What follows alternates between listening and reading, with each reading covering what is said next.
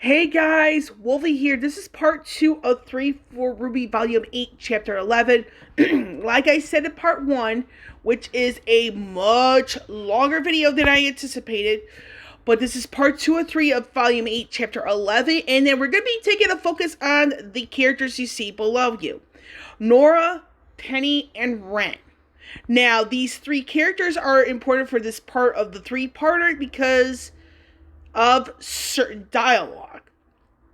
And by that, certain points within the chapter it's like, okay, we're going to be probably seeing at least one death, maybe two. Now, out of the three, will it be 0 out of 3 surviving, 1 out of 3 surviving, 2 out of 3 surviving, or 3 out of 3 surviving?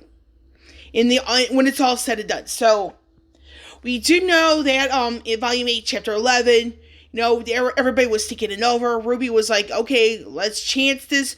Take Penny over to the vaults. Nora was actually agreeing with the gesture, all that stuff. So, what they all don't know is that, and this is something that Ironwood doesn't know either, is that Watts, Cinder, and Neo know where the vaults is.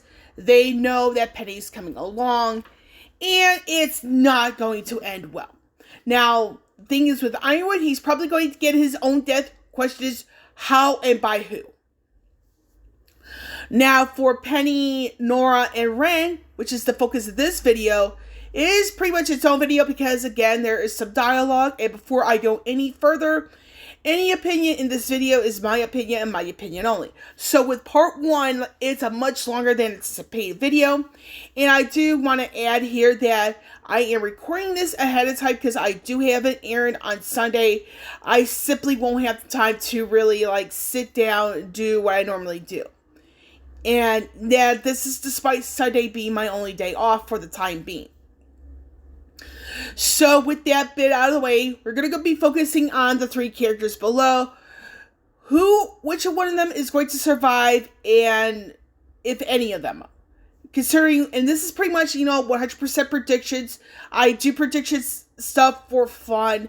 I don't anticipate getting any of it right, that sort of thing. So, for me, the short version here is that only one out of the three will survive the aftermath of all of it.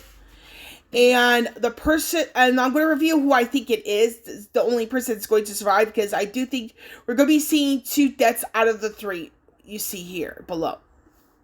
Now, I'm going to go over, each character individually, just so that you guys have an idea of okay, what do they have going for them in sense of survivability, what they got going against them. Now, like I said, I think it's only going to be 1 out of the 3, and you'll probably figure out why. Now, I'm going to do an honorable mention for a case where it's 2 out of 3, but it's going to be no more than 2 out of the 3. Now, so we're going to go top to bottom, just to showcase, certain things. Now, the first character is Nora Valkyrie. Now, what does she have going against for her in sense of the chances of her surviving? Now, she is based on the Norse god of thunder, Thor. And basically, the way Thor dies in Norse mythology is through a poisonous bite. And this comes, and depending on your source, he dies, although there was a major victory attained. So Nora becomes the price, that's paid for a major win for RWBY and company. So, and that's what she's based on. So the only thing that Nora really has going for her, in my personal opinion, is that it's going to be the Winter Maiden powers transfer. Because Nora's, trying to tell Penny, it's on you. Do what you want to do. Don't let anybody tell you X, Y, and Z. You may be an android robot, whatever, but you're still our friend. So that's that sort of thing. That's the only way Nora is going to survive, because you notice earlier on in chapter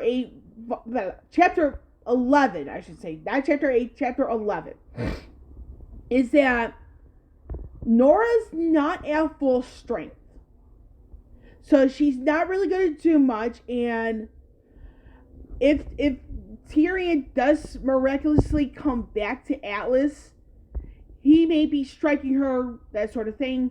However, we know that a little while ago in the volume, Tyrion went with Mercury to Vecchio.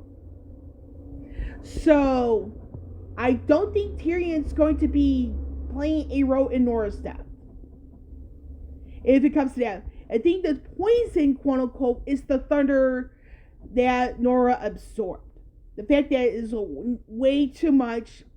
And then with Jean, you'll notice like in part 1, it's like he was trying to heal her. But it turns out that Jean is running out of like resources to help Nora recover. So Nora's probably going to be scumming to the injuries she sustained earlier on in Volume 8. And it's like, Jean did what he could, but it wasn't enough. And this is considering the fact that Jean discovered his semblance in Volume 5, saving Weiss. So you have to really think about it like that. So Nora, she actually has a high probability of dying in this volume. And the whole thing with Jean, the fact that he was trying to help her recover, it's not going to be enough. It looks like he might be running out. And the whole thing with Jean running out is that sort of thing. It's like, it goes back to that conversation between Jean and Nora back towards the end of Volume 5 while trying to save Weiss.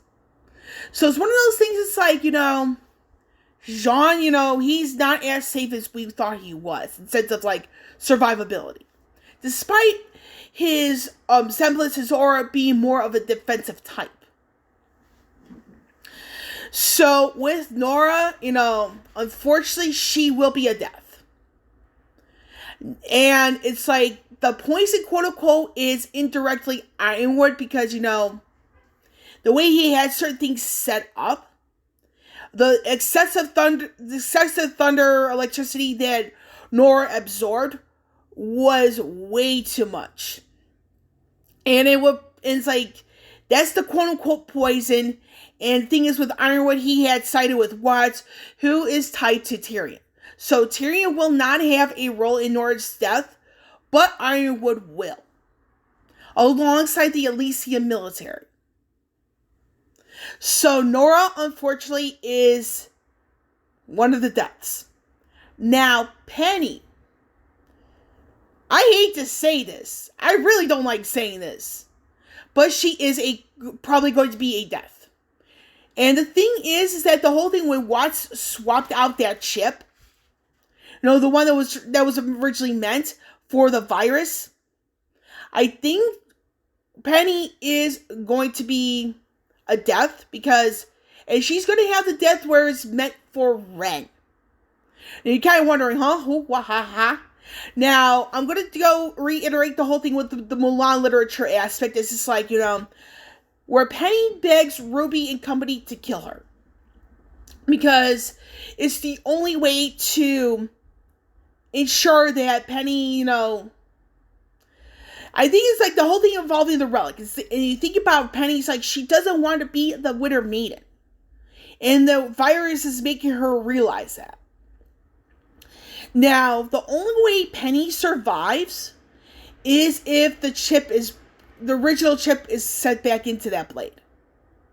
And I think it's going to take Ironwood, and I think it's going to take Cinder, Watts, and Neo's presence to save Penny.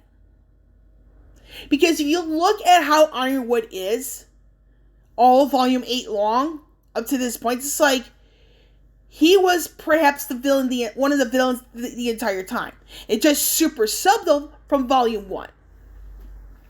And how he was disagreeing with certain aspects of how things should be done. So unfortunately, Penny doesn't really have much, if anything, to save her from dying again. And I think she's going to be taking the death meant for Ren. Because in all honesty, if you think about the Winter Maiden, if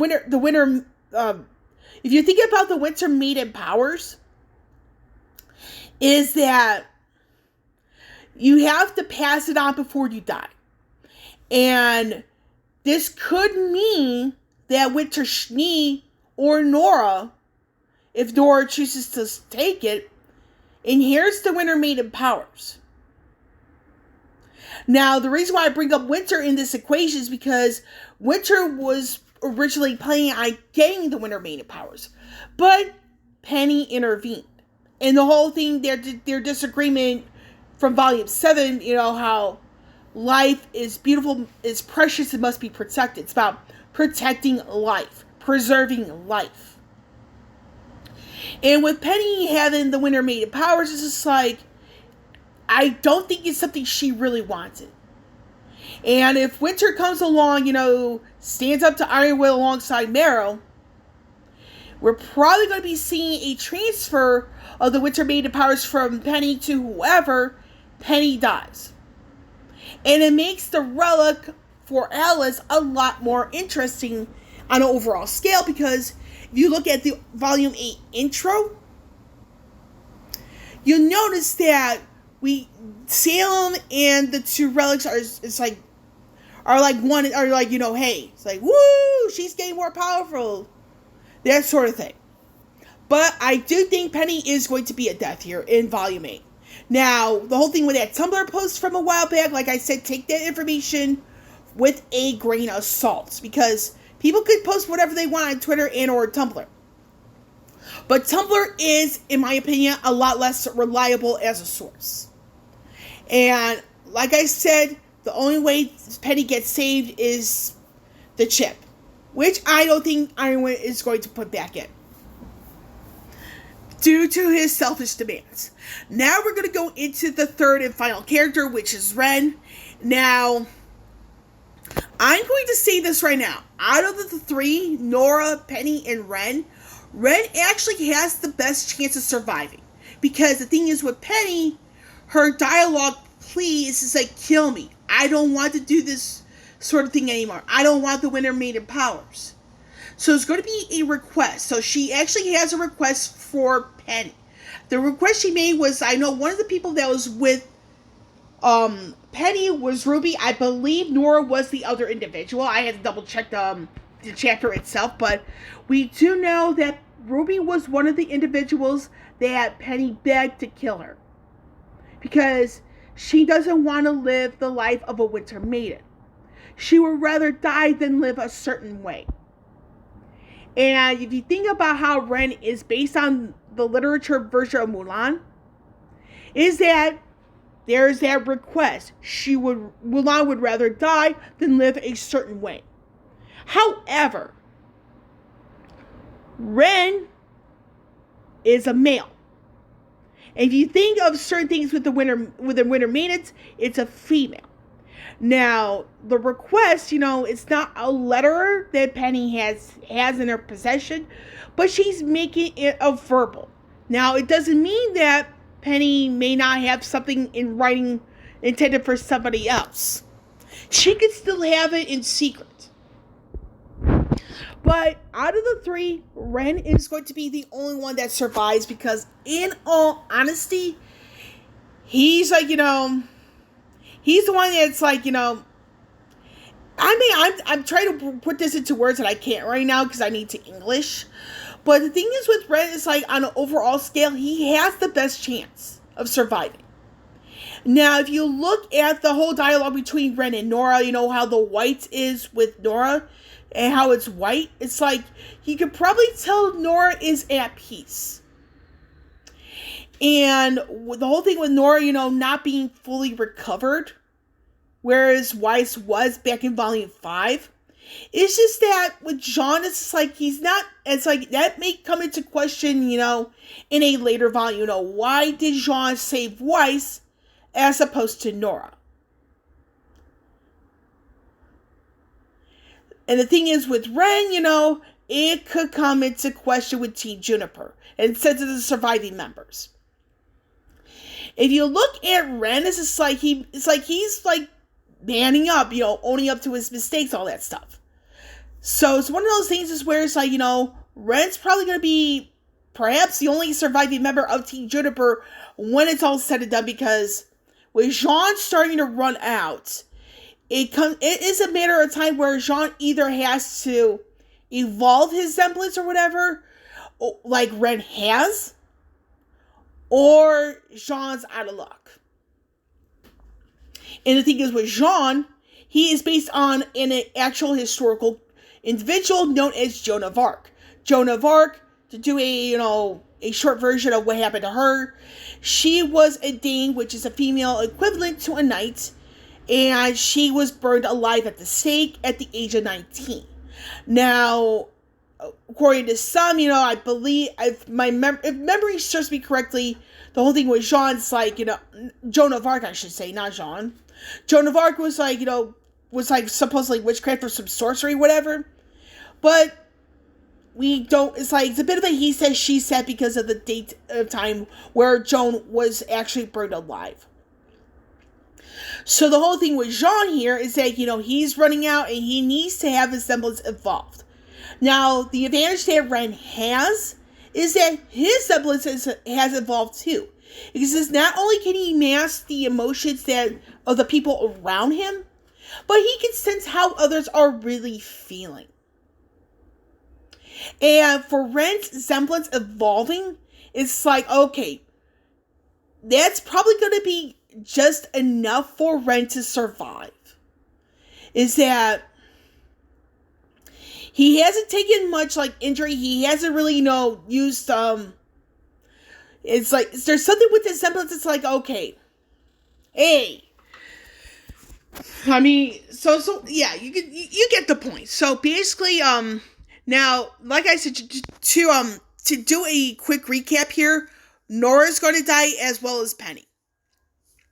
Because the whole thing with Nora, she is not fully recovered.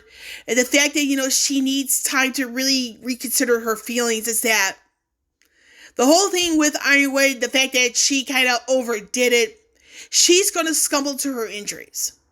With Penny, she is probably going to be a most likely death because of the virus. The fact that she's going to get the relic, but she also has to transfer the Winter Maiden powers before she dies. The fact that she pleaded for somebody to kill her indicates she no longer wants to be the Winter Maiden. Because it's it was something she wasn't supposed to have. Now, it comes down now to the last person in Penny's thoughts. Now, she's going to be transferring the Winter Maiden powers. But the question is to who? Now, the writers have supposedly made their statement known that nobody in Team RWBY is going to get the Winter Maiden powers, but somebody else will. So it comes down to the confrontation, between, Team RWBY, Ironwood, Cinder, and Watts and Neo. It comes down to that sort of aspect. Now, Ren, he's the only one who's going to survive, in my personal opinion, because honestly, his semblance has evolved. Nora's, and I forgot to mention this earlier in the video, is that hers has yet to. And with Jean, same thing with him. It's the resources are starting to run out. Jean really needs to evolve his semblance. Now, and if Nora does die, her blood is going to be on Ironwood's hands because of where she was when she did that strike. And the fact that with Jean, it's his resources are starting to run out. Now, the only way Nora joins Ren as the 2 out of 3 that survives is if Nora becomes the one who inherits the Winter Maiden powers from Penny. That's the only way I'm seeing Nora surviving. But if Nora does not inherit the Winter Maiden powers, she is going to die. Because honestly, the whole thing with the electric absorption was way too much. Her death is going to be on Ironwood's hands.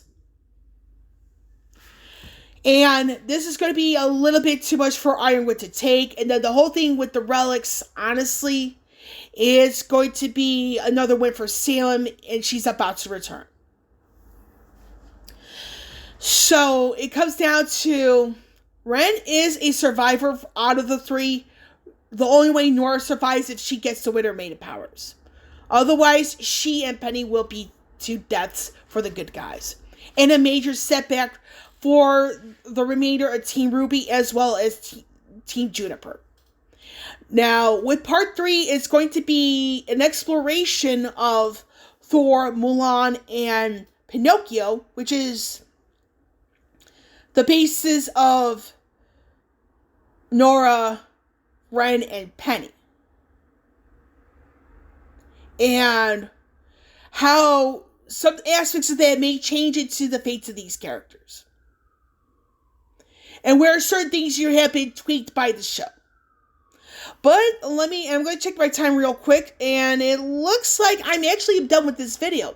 So part 3, I'm probably going to film this tomorrow. But like I said, all 3 parts are going to be filmed in advance, because that way I actually have a little bit more time to run my errand on Sunday. That way, and that's that on that.